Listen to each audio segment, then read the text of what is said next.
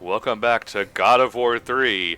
We're going to be continuing the introduction level, more or less, so pull that lever, run real fast. It still baffles me. Well, not baffles me, but I guess it just surprises me that there is actually platforming and puzzle solving in God of War, because I normally just kind of think of it in my brain as the PS2 version of games like Streets of Rage or Final Fight, where there's a little bit more substance to these sorts of games, which I suppose is necessary considering that they're Well, roughly I mean, 10 times as long. God So, of War was never a beat 'em up, though. God of War was always in the same vein as Devil May Cry. Yeah. The character. Yeah, Although but I I'll mean, say, like, God of War they're does platforming and exploration a little better than the older Devil May Cry games do. Yes. Uh, It doesn't have its jump button on triangle. I Fuck mean, that game. I mean, granted, I feel like the distinction between a beat 'em up and a character action game is mostly just how new is it.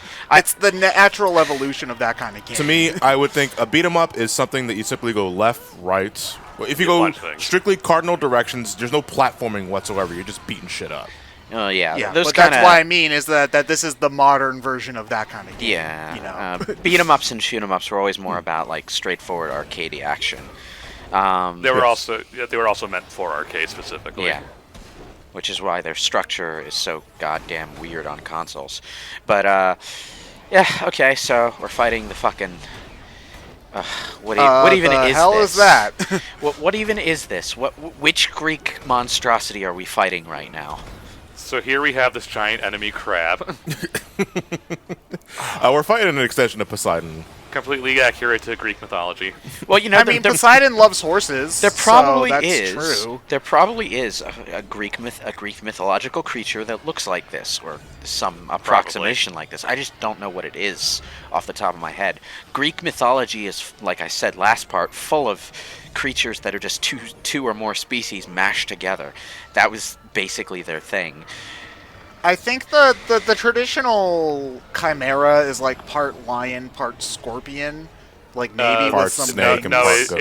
it's a lion with eagle wings and usually like a snake for a tail. Oh, snake. That's what I'm thinking. And yeah. most of the time they'll add a goat head as well. Yeah. Yeah. I mean, like, there's chimeras, yeah. There's also manticores, and then there's Oh, that's what I'm centaurs. Not a thinking. goat, Yeah. a ram. There's Yeah. also the minotaur. Yeah, Yeah. minotaurs. Well, the minotaur. Do Is they half do? man, half bull. Do they do the minotaur in God of War? Because that's like easy money. He's one of. He was in the first game Was he in a and the second game. maze? No, he was just an enemy to fight. Oh. Well, there were man. regular minotaurs. There was also Robo Minotaur, zombie Robo. Yeah. Oh, Minotaur. I remember Zombie Robo Minotaur. Okay.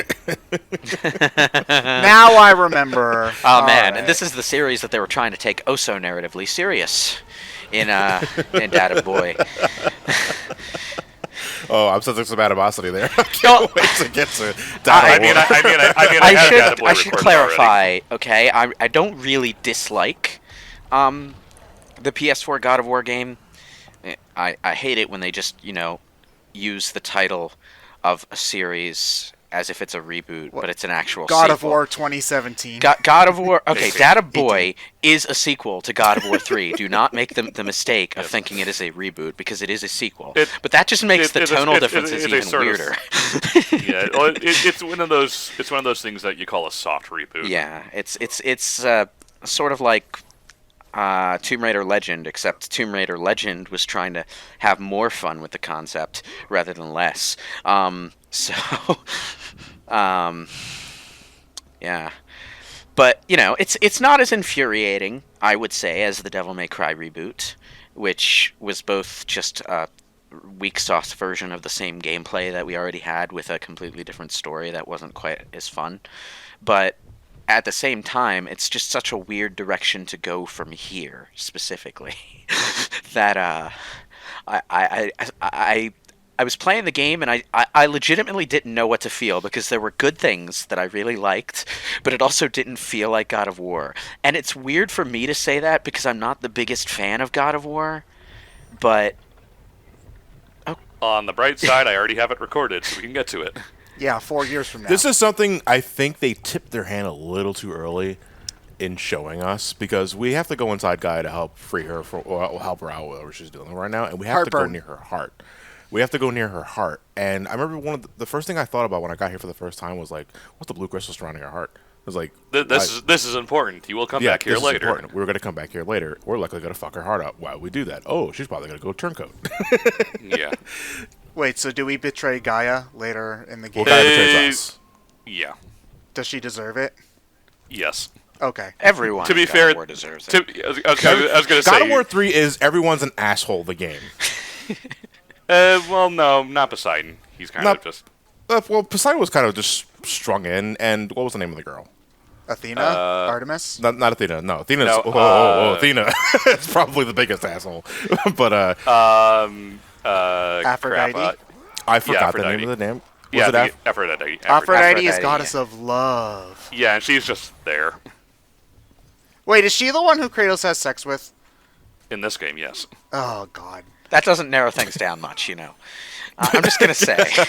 I remember there being a lot of controversy over The sex minigame. the sex minigame. Yeah, which, I mean, granted, I'm pretty sure if it's as tasteless as I remember, I can definitely understand it. It's pretty tasteless, yeah, but at the same time, it's Greek mythology, so it does kind of fit. Everybody's fucking everybody. It does Yeah, kinda but fit, they don't. yeah. They can imply that they have sex without making it a quick time event. Well, I guess is think also a thing, but it's, we'll it's get meant to there. be a joke, okay? It's this hidden thing that you have to go out of your way to find, basically. Oh no, you have to go to her. You have to go to her. Oh, wait, no, I'm not talking about this one.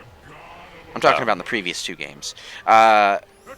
Where it's like, you have to go out of your way to go back to the bed in the first game, or you have to go out of your way to like knock out this wall or barrier or something, some kind of screen maybe, to find this bathhouse with some women in it. And the camera shifts over to this statue of a little cherub person the cherub. Yeah. pissing in the fountain. Yeah. And the water flickers with the sounds going on off screen. So it's a joke. I can accept that. It's a joke. Okay? It doesn't annoy me the way the fucking collectible sex cards in The Witcher 1 did. God, I am glad that CD Projekt Red got better about integrating their romances into the game, because The Witcher 1 was just embarrassing. For all the good things about that game, the romance was not one of them. But yeah, I got off topic there. But yeah, but it was tasteless, but it was a fun kind of tasteless, much like everything else in old school God of War. So. Okay, what's making the tornado thing? That's my magic attack. Oh, okay. Which is different than what we had in God of War 2, I think. I think that's something they introduced in Yeah. God of War 3 specifically. Kratos learned it in the 2 minutes between the end of God of War 2 and Yeah. the start of God of War 3. It's so bizarre, because normally that should be like the chain lightning, Yes. I think, that we had in God of War The 2. Karno strike.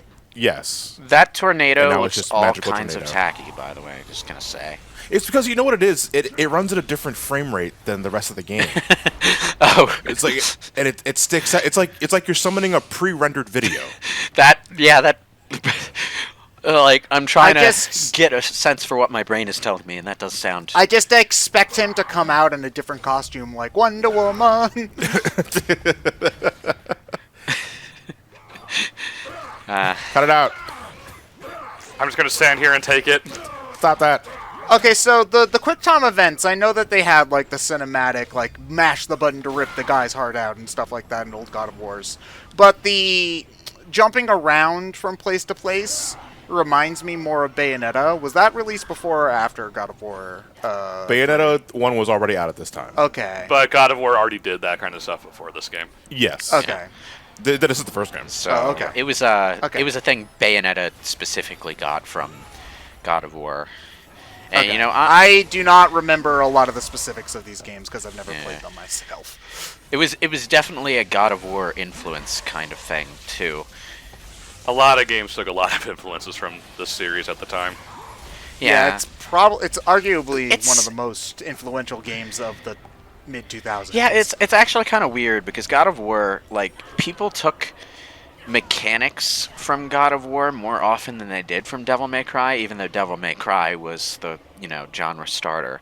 And it's strange because Devil May Cry is one of the only I hate using this phrase, one of the only character action games that doesn't do this kind of stuff. I think the thing about that, Lewis, is that Devil May Cry, specifically like 3 and 4, have a much higher skill ceiling than a game like this does. Well, yeah, but it's like the Devil May Cry games, excepting maybe the reboot at points, the Devil May Cry games like seem to deliberately be trying to stay away from this kind of stuff, because whenever they add in new mechanics, they always make sure to like make it completely skill based. Like, okay, yeah, Nero has those buster throws, which could very easily have had button prompts attached to them, like they do in most other games. But no, you just have to use visual cues, which change from enemy to enemy, so you have to get good at using them. That may just be a Japanese versus Western development idea. Maybe, but Bayonetta... It was also a time period thing, because even Data Boy doesn't do it anymore. Yeah, but like Bayonetta, to, go for a Japanese franchise here, still did that kind of stuff. And that came out around the time of Devil May Cry 4, and I know that because everyone was talking about how much better than Devil May Cry 4 it was.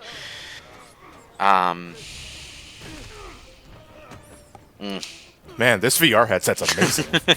God of War actually VR. getting You're not playing as Kratos. What? He's just on screen punching the shit out of you. No, get this. You're getting your shit wrecked by POV shot Vor by Kratos. Oh my god. Why the hell did they shoot this section from the victim's point of view? Is it supposed to make us feel like Kratos is the villain? Because I feel like we know that. Well, he's not the villain, but he's... Well, he's the protagonist. But Yeah, you can have a villain protagonist. Yeah, Thanos is the protagonist of Infinity War. But this is going to be weird because I spent a bunch of time criticizing Data Boy, but I'm not a big fan of Kratos. Oh, I don't think... I don't think you're not supposed to be. You're You're supposed to in the first game. You can make a main character an asshole and not necessarily have them be unlikable. I think that's my... Did we just flood the entire city and kill everyone in there? Yeah, because we killed Poseidon. Wow, Kratos is an asshole. Jesus Christ. Yep. Neat. I did that. Adult Swim, Gaia.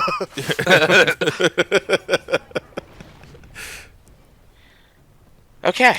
Yeah, I have to agree that you can sort of like go with a villain protagonist, but I think God of War just goes so hard in making Kratos such an absolute jerk, especially in this game. Like, I think this is his worst in this game. Yeah, no, this is the absolute worst. I think that's part of why the story in this game falls flat in a lot of regards. Yeah, Because in one, he's an asshole and he's a jerk, but you understand where he's coming from in that game. And he's ultimately helping to do the quote-unquote right thing, considering the circumstances. A hero doing the right thing for the wrong reasons is narratively compelling. Yeah. Yeah, I guess the question is, what is your limit? I was going to bring up with Legacy of Kain again, because Ding. Kain... Well, I mean, we're already hitting all the dings in this playthrough Because, with like, all the okay, usual mentions. Raziel is a pretty, relatively nice guy, but Kain himself, when you're playing as him, he's a jerk, but he's an enjoyable jerk. And he is usually being pitted against people who are bigger assholes than he is, for the most part. But there's something about his character that makes it compelling. And when it comes out that he does have legitimately good reasons for making some of the choices he does, you can believe that. It feels like an organic extension of everything that came before. So yeah. And I think by the reboot, or the soft reboot of this game, I think it stems from a lot of folks saying, it's like, I want to like Kratos, but he's such a jerk. He's such a fucking asshole. Yeah. He's just as bad as the people he's fighting. Well, so. Yeah. It comes down to Kratos was such a big jerk at first, like such a huge jerk that when you meet him in Data Boy, it's jarring. Like, Jarring on the I level think- of going from Resident Evil 2 Leon to Resident Evil 4 Leon. I think narratively that's also kind of the point in that game. Maybe. It's just, you don't get to see quite enough to really get a sense that that transformation in the character was organic. I never understood why Gaia Just it tips tells her hands here. Yeah, it just tells Kratos to fuck off here. It's like, Yeah. he's probably the most powerful guy on your side right now. Yeah. Why antagonize him, like, at this point? It's like, you know how he gets when you antagonize him. But why can't she just be like, if I don't help you, I fall too? Like, I mean, Zeus would probably still kill her for that anyway, but you also don't have to tip the likelihood more in that favor, you know? Yeah. It's a pretty clumsy part of the story. Yep.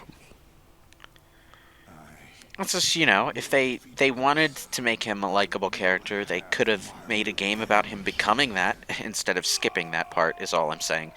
But yeah. Well, I think part of God of War 2018 is getting to that point, because he's still not a good person at the start of that game. He's super-de-duper gruff, yeah. Yeah, but he learns to, over the course of that game, accept his son for who his son is, and helping, actually teach his son instead of killing his wife and child. So, we're supposed to accept not murdering his family as a step up for Kratos? I mean, yes. I think what they were going for was more like he royally screwed up before. It resulted in him killing his wife and child, manipulated into doing it, but you get the point. He was already kind of a shithead to begin with. Yeah. Before that happened. But, he had a second chance, and the second chance, while not perfect, went better than the first one did. So that's progress. So we took a bath, and the bath stole our experience. No, well, we were in the river Styx, so come sail away, come sail away. Oh no, we're back here again. Do I get my free Sunday? Yeah, I know. I was like, how many holes are punched in that card? I've heard of a revolving door afterlife, but this is ridiculous. No, God of War is one of the biggest examples of revolving door afterlife.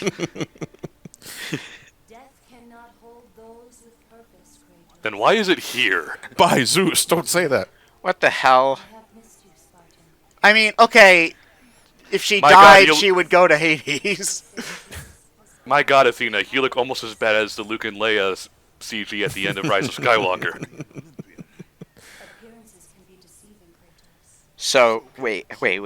You were, doing the opposite of helping me 5 minutes ago. Now you're gonna help me again? Why? Well, she died at the end of God of War 2 because she stood in front of Zeus as Kratos was trying to stab him. And why did she do that? Because she was helping Kratos get to Zeus to kill him throughout the whole game. She has ulterior motives. Yes, okay, but why help Kratos get to Zeus and then stop Kratos from killing Zeus? No, because this is all part of her thing. Like, she wants it all for herself. And I think dying was part of that. This is some fourth dimensional chess going on here. And Zeus is playing with checker pieces. Yahtzee. Yeah, go fish. Yeah, and Kratos is just upending the table the second someone makes a move against him. Okay, Kratos, your go. I win.